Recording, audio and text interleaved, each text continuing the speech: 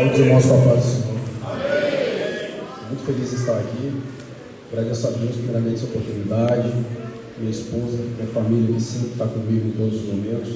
Agradeço também a confiança do meu pastor, Carlos Alexandre, juntamente com a sua esposa, a missionária Daniela, que tem nos preparado os obreiros da igreja justamente para isso, para o Senhor nos usar onde quer que Ele queira. E já deixo desejar um abraço do pastor da missionária, ao senhor pastor das Anjos, a sua esposa, a missionária Sheilane. Eu agradeço também pelo convite. Também agradeço ao presbítero Wesley, que é o líder dos homens, aqui do departamento, líder do departamento dos homens, e ao meu grande amigo Fábio Luiz, que é o líder dos homens aqui na congregação. Também agradeço aos irmãos que oraram, perceberam aí, desde que souberam que eu teria essa oportunidade. E você que veio com o coração aberto, tenha certeza de que Deus tem uma palavra para você. Deus nunca leva a gente a lugar nenhum. Ele sempre tem um propósito, um objetivo. E nessa noite o tema é tempos difíceis, forjam homens fortes. E o Novembro Azul é um período propício para esse tema. Porque, pegando no texto de Josué 1:8, se você tiver com a sua Bíblia, eu te convido a abrir Josué 1:8, que é a palavra que nos dá esse tema dessa campanha, forjando homens fortes em tempos difíceis, ou tempos difíceis forjam homens fortes.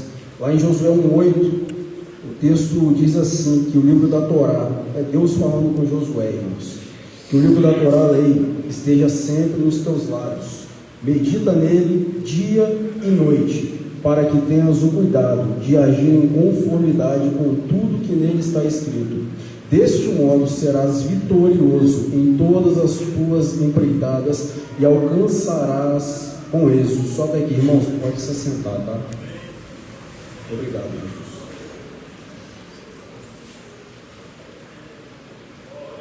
Eu acredito que muitos dos irmãos aqui já devem ter lido e algumas vezes também ouvido sobre Josué, sobre o livro dele, sobre o Êxodo, sobre o livro de Números, onde fala também a trajetória do povo de Deus. E o que eu acho interessante aqui é que no livro logo no primeiro capítulo de Josué, Deus já começa informando ele que o servo dele, Moisés, é morto, mas que agora Josué iria dar continuidade a esta obra. Eu já começo vendo o texto de que pessoas vêm e vão, mas a obra de Deus, ela permanece. A obra de Deus, ela não pode, não vai parar. Então muitos irmãos já descansaram, descansam no Senhor, mas o Senhor sempre vai levantar novos homens, preparados, capacitados para assumir a obra que Ele tem nessa terra. Isso é um compromisso do Senhor conosco, é tocar a obra não pode parar, pastor. Então, do capítulo 1, do versículo 1 até o versículo 9, se você prestar atenção, Deus ele fala por 3 vezes com Josué para ele ser forte e corajoso, para ele ser destemido, para ele ter coragem, ter ousadia e não ter medo. 3 vezes o Senhor fala isso com Josué, do versículo 1 ao versículo 9. E eu gosto de estudar também sobre numerologia.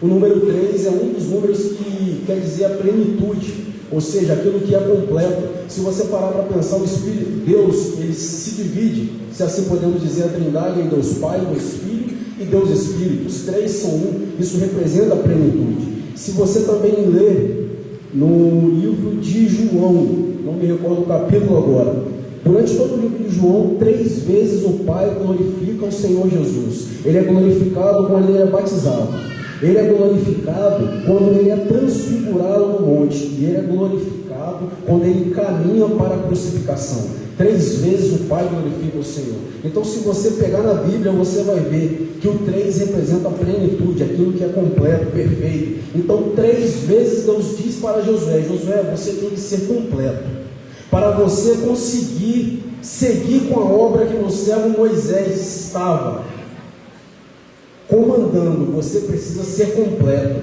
e a única forma de você ser completo, glória garantida. O segredo, então, irmãos, é meditar na palavra de Deus. A palavra de Deus, ela é o nosso alimento.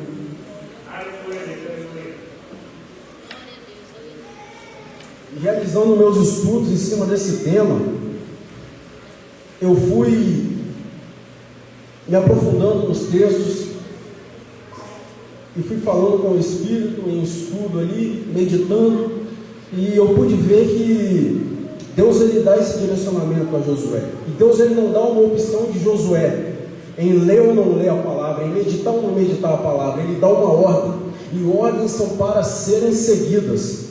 Então nós já começamos a ver que Deus ele nos dá uma ordenança de meditar na palavra dele se quisermos a vitória, se quisermos herdar a terra prometida. É necessário estar sempre meditando na palavra. E um homem que eu posso usar como exemplo de desobediência da palavra de Deus é Saul. Deus dá um direcionamento ao rei Saul. Saul já foi colocado no trono por Deus, ele foi ungido a mando de Deus por Samuel. Só que Saul recebeu uma ordem, uma palavra de Deus. Deus disse que era para ele invadir a terra dos amalequitas, destruir tudo. Deus não queria nada, era para destruir tudo. Mas Saul desobedeceu a palavra de Deus. Saul não meditou na palavra de Deus. Ele não absorveu a palavra de Deus. Ele não viveu a palavra de Deus. Então ele traz despojos desse povo vencido. Só que quando Samuel chega e vê aqueles despojos, Samuel fala: Saul, não foi isso que Deus te ordenou. Então Saul tenta barganhar com Deus. Ele fala: Samuel, pega esses animais e faça um sacrifício para o Senhor. Mas Samuel dá uma resposta nele, que vem de encontro com esse texto de Josué. Samuel diz: acaso obediência não é melhor do que sacrifício, Saul? Deus exige de nós, irmãos, obediência. Deus não quer que você fique se sacrificando. Deus quer que você viva obedecendo. Porque quando você obedece a Deus, não é necessário mais sacrificar.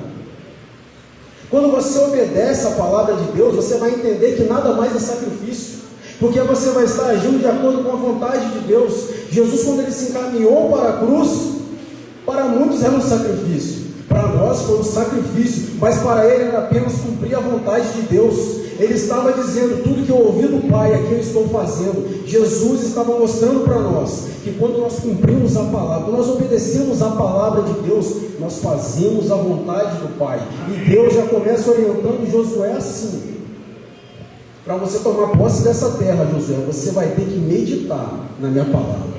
Você vai ter que obedecer a minha palavra. E eu creio que Josué entendeu, porque Josué foi próspero nas batalhas dele. Josué conseguiu vencer as lutas a qual ele entrou. Se você ler, irmãos, em Números 13, se depois você quiser abrir em casa, Números 13 é quando Deus dá a missão ao povo de Israel. Números 13, o Senhor dá a missão aos espias. Acredito que muitos irmãos ouviram essa história dos espias, os 12 espias. Deus dá uma ordem através de Moisés para que separasse o príncipe, o líder de cada tribo. 12 tribos, 12 espias. E Deus dá uma ordem: Moisés envia-os para que eles vejam a terra como prometi a vocês. Para que eles vejam a terra, para que eles possam sondar o campo onde o inimigo está. E para que ele possa trazer para o povo tudo aquilo que eles viram. Então Moisés faz isso. Ele separa os 12 espias. E ele diz o caminho pelo qual os espias deviam ir. Eles estavam acampados no deserto de Parã. Eles atravessaram o deserto do Neguev. Era um local desértico, quente, montanhas, foi difícil. E eles passaram por povos inimigos, sem ser perseguidos. Eles chegaram ao Monte Hebron, onde tem o Vale de Escol.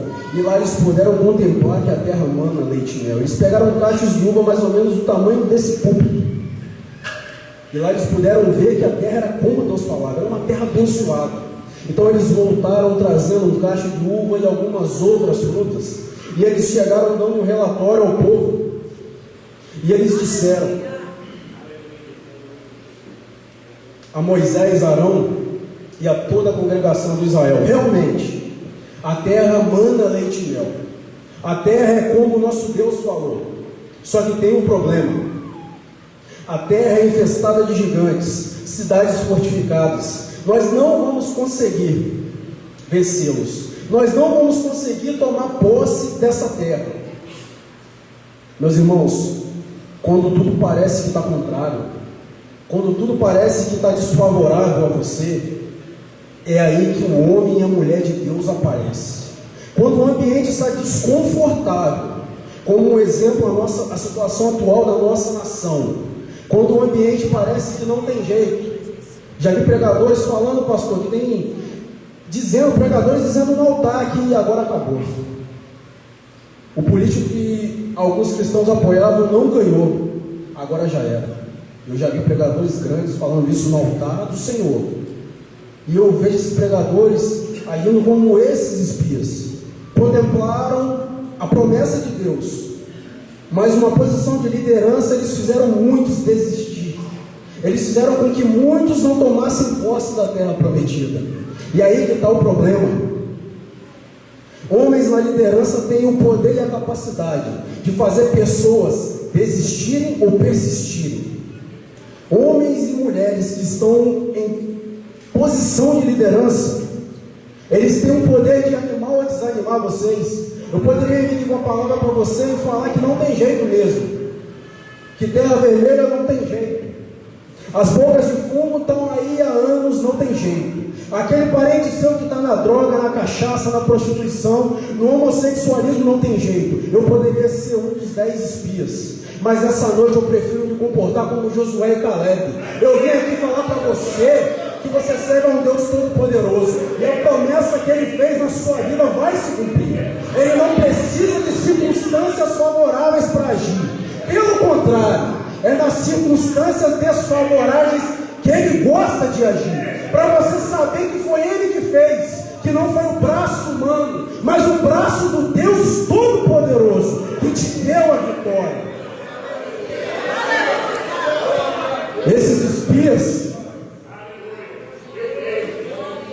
Esses 10 espias conseguiram fazer aproximadamente 3 milhões de pessoas blasfemarem contra Deus, chorarem, murmurarem, a ponto de querer apedrejar Moisés, Arão, Josué e Caleb.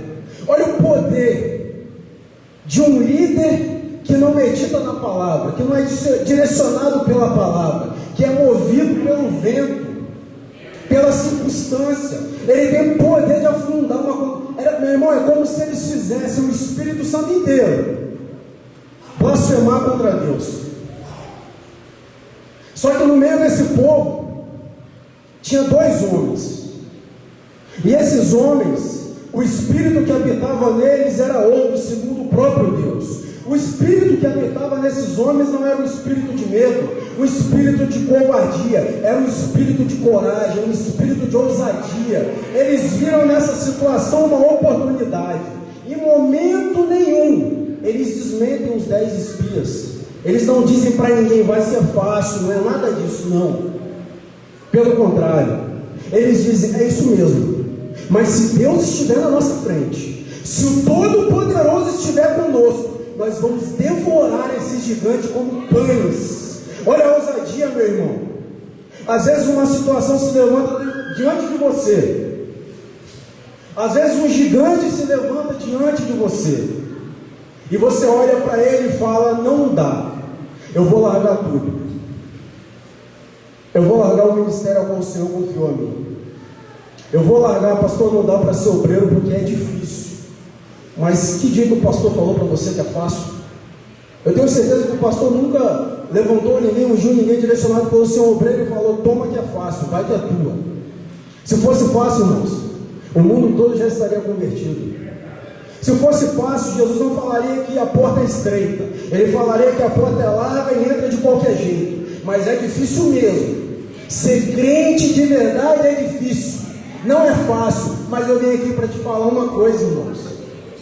Quando você se propõe a enfrentar o desafio de ser um cristão nesse mundo decaído, o Senhor é a sua força, é o Senhor que te direciona. Quando você acha que está fraco, é aí que você está forte.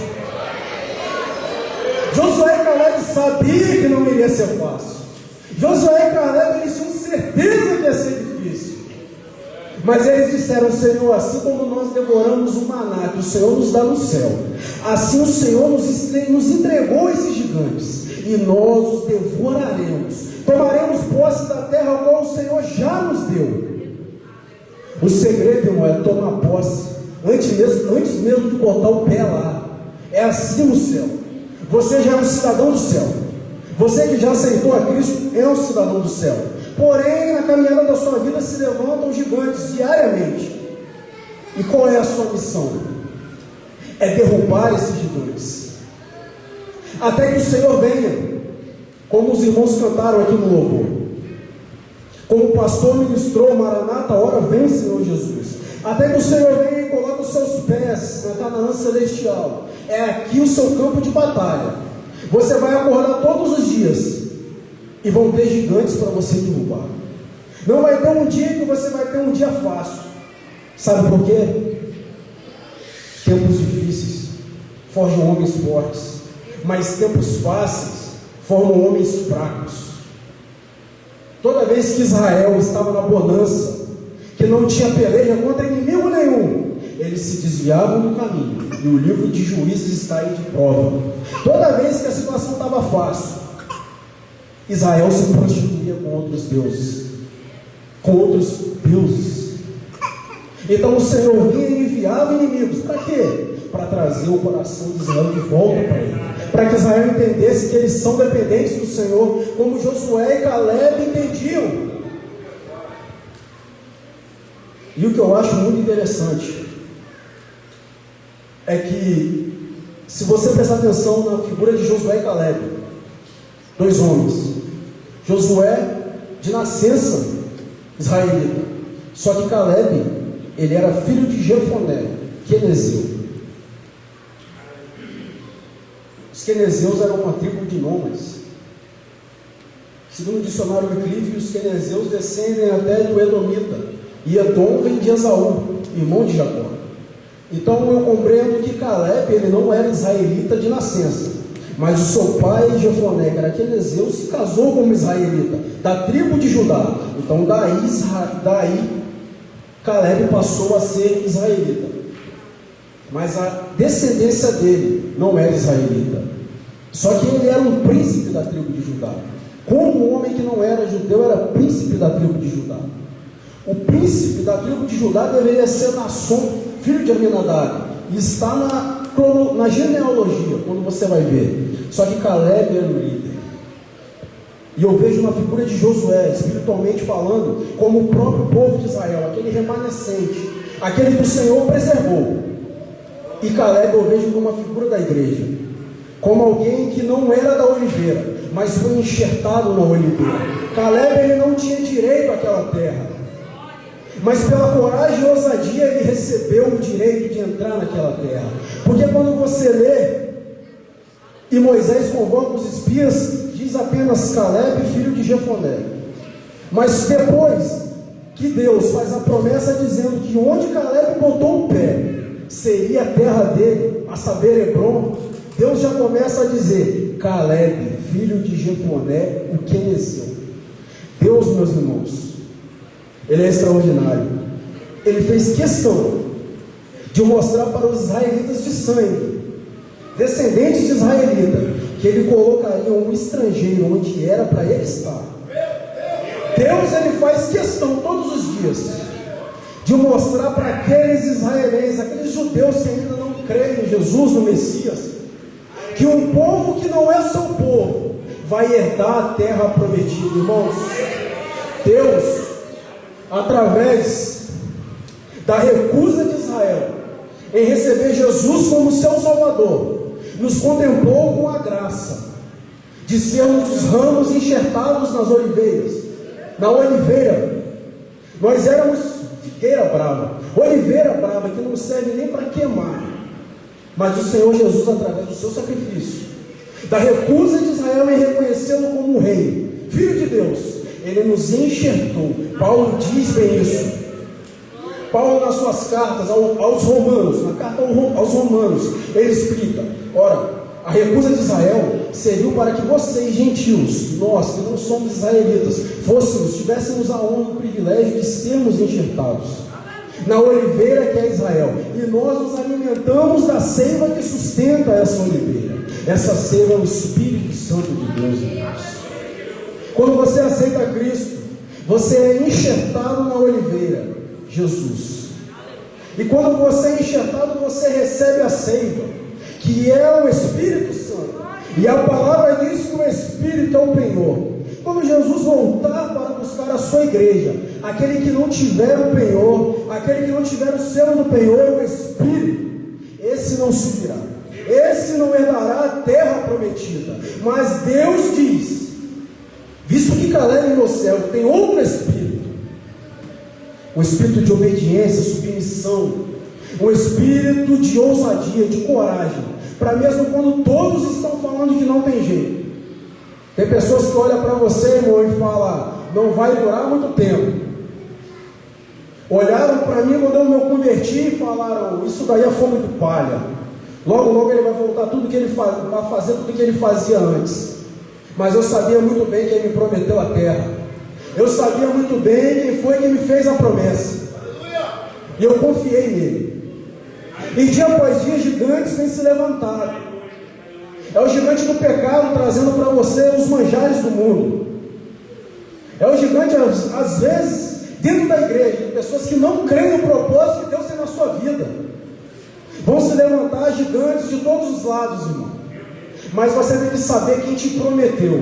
Você tem que crer em quem te fez a promessa. Independente de onde você veio, do que você fez. Aquele que te prometeu é fiel para cumprir.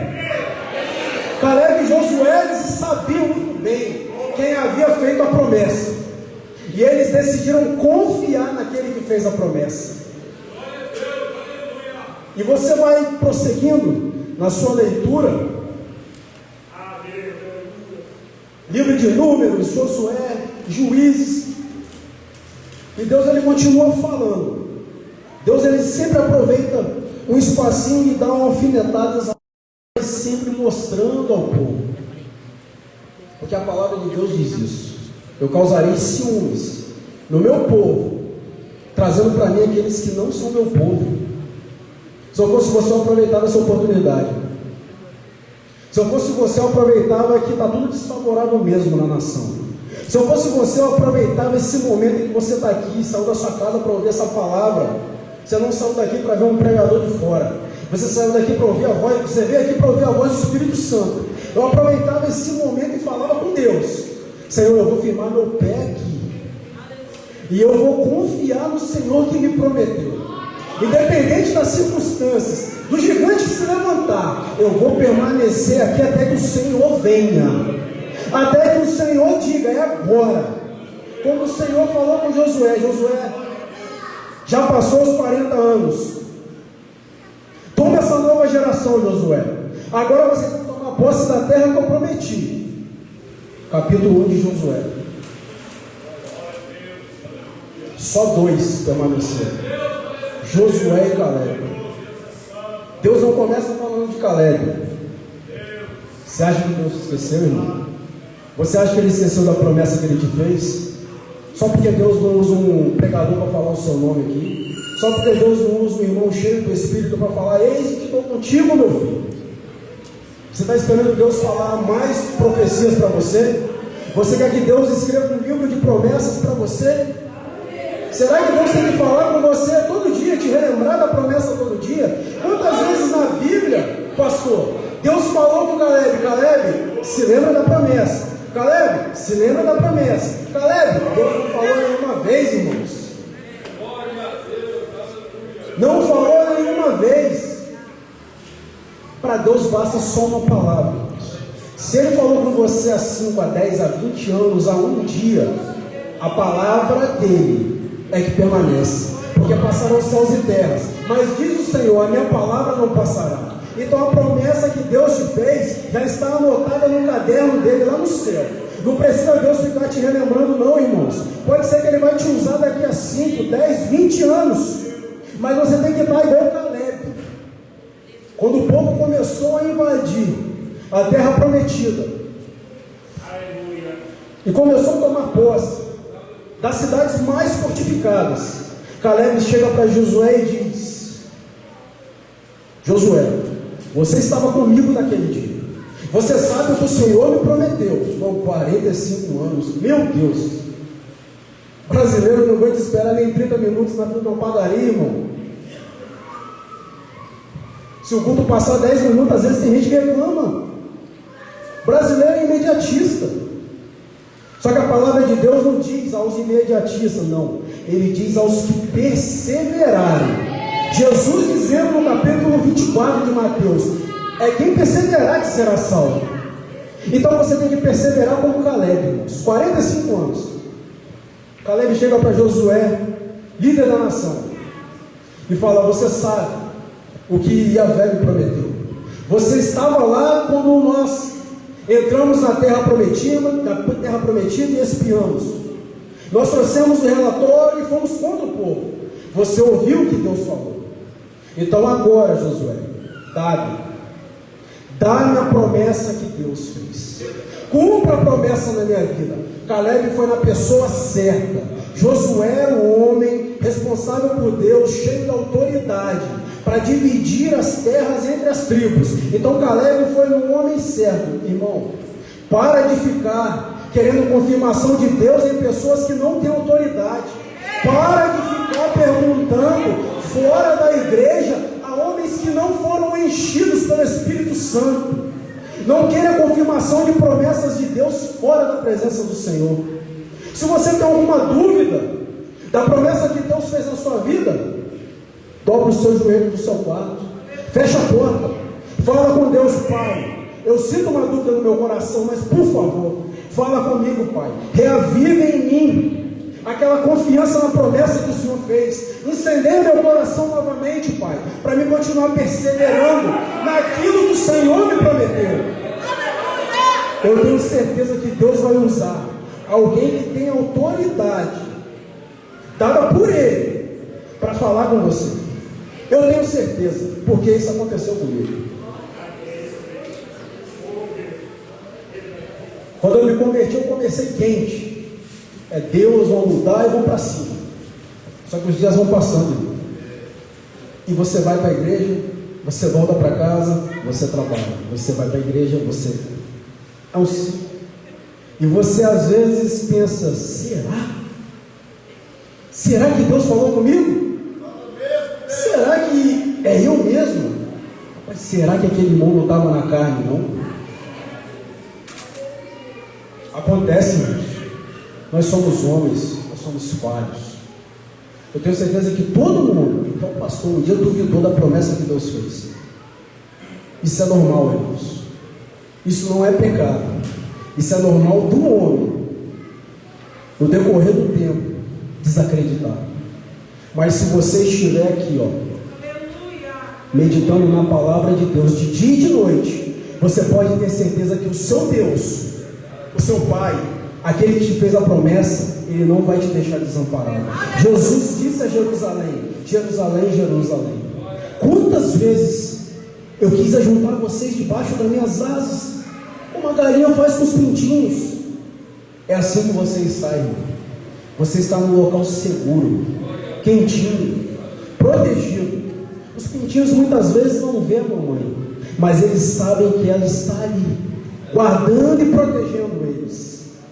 O inimigo tenta colocar nas nossas mentes que Deus não existe, que essas coisas foram histórias, que homens cheios do Espírito Santo não existem mais como antes. Mas eu dou glória a Deus que Jesus subiu, mas deixou o Espírito Santo, o nosso advogado, amigo, consolador, dentro de você. Todos os dias Ele reafirma a promessa. Dentro de você todos os dias. Você acha que é quem falando, irmão? Levanta, vamos embora, pega a Bíblia, lê a palavra, ensaia esse louvor, se prepara que eu vou te usar. É o Espírito Santo, Deus. É Ele que nos fortalece, nos capacita. E Deus diz: visto Caleb, meu servo, que tem outro espírito. Caleb sabia muito bem o espírito que havia nele, o espírito de coragem. E o texto continua dizendo, eu já vou finalizar, irmãos. Caleb pediu a terra prometida, a terra que era de posse dele. E Josué diz: é verdade, a terra é tua. Só que quando Caleb chega a Hebron, Hebron não tinha sido conquistada ainda. Os mesmos gigantes, e eu anotei os nomes deles aqui: Aimã, Cesai e Talmai. Os mesmos gigantes, os mesmos filhos de Anak, gigante, que estavam quando os espias foram na terra, eles permaneciam quando Caleb recebeu a herança. Às vezes a gente recebe uma promessa de Deus, e quando Deus fala é agora, você já pensa logo está tudo tranquilo, é só tomar posse. Mas Deus está relembrando para nós, nessa passagem de Caleb, o seguinte: aquele gigante que está lá atrás, que você não derrubou, você vai ter que derrubar ele amanhã. Se passar 10 anos e você não derrubou, quando você vier para a presença de Deus daqui a 10 anos, eles vão estar de pé. Gigante não sai por vontade própria. É você que tem que tomar na sua mão a espada do Espírito, que é a palavra de Deus, e partir para a guerra, irmão. Os gigantes vão estar no mesmo lugar se você não se posicionar na presença de Deus, se você não se encher da palavra de Deus, e se você não se levantar para guerrear. Os mesmos gigantes vão estar lá. Gigante da prostituição, do adultério, drogas, bebida. Se eu não tivesse me levantado há 2 anos atrás, os mesmos gigantes que eu enfrentava lá estariam de pé hoje. Mas quando o Senhor me colocou na posição e falou: é assim que eu quero, eu entendi que eu precisava guerrear. E todo dia eu derrubo o gigante e se levanta outro. Mas eu estou todo dia com a minha espada afiada para derrubar todos os gigantes que Satanás mandar se levantar. E é assim que a igreja de Deus tem que estar, irmãos. Tem gente achando que a salvação vem através da política, que a nação vai melhorar, mas a palavra de Deus diz que no fim dos tempos as coisas vão piorar. Mas aquele que perseverar até o fim, aquele que permanecer na fé, firmado na rocha eterna que é Jesus Cristo, esse pode saber que a terra dele já está lá separada, e detalhe, sem gigante algum.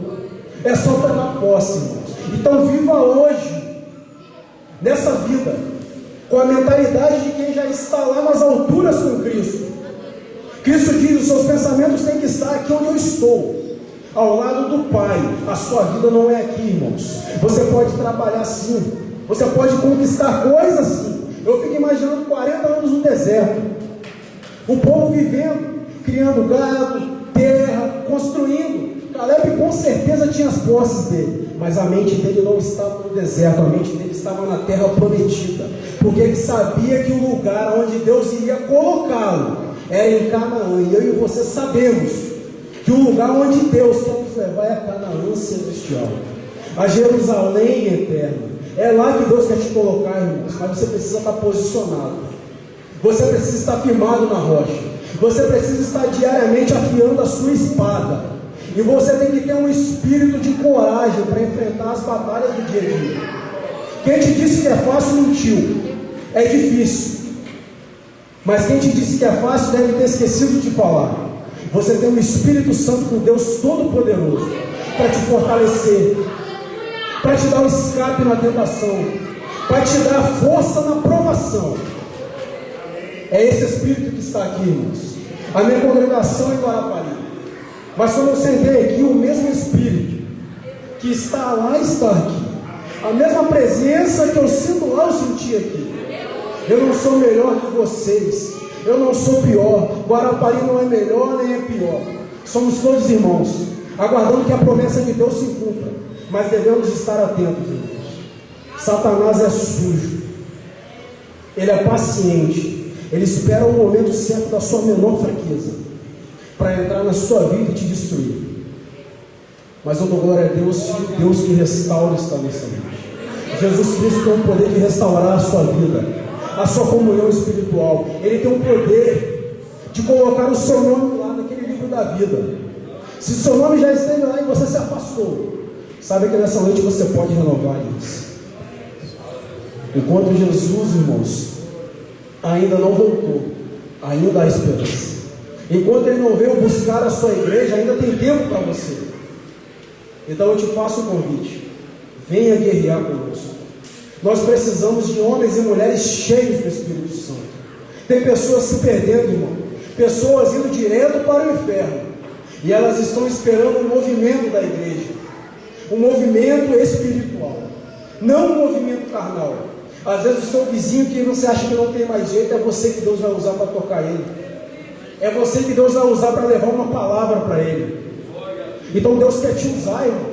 Deus quer nos usar, mas nós devemos estar como Caleb e Josué, posicionados, acreditando naquele que nos prometeu, Porque se Deus prometeu, irmão, Ele também vai te capacitar. Se Deus te fez a promessa, Ele vai te dar as armas certas para você derrotar os gigantes que vão se levantar na sua frente. Creia no Deus que te prometeu. Não foi homem que te fez a promessa, foi o Deus Todo-Poderoso. Então acredite nele. Tome posse dessa palavra e saia daqui fortalecido. Saia daqui cheio do Espírito Santo, irmãos. Porque amanhã tem mais gigante.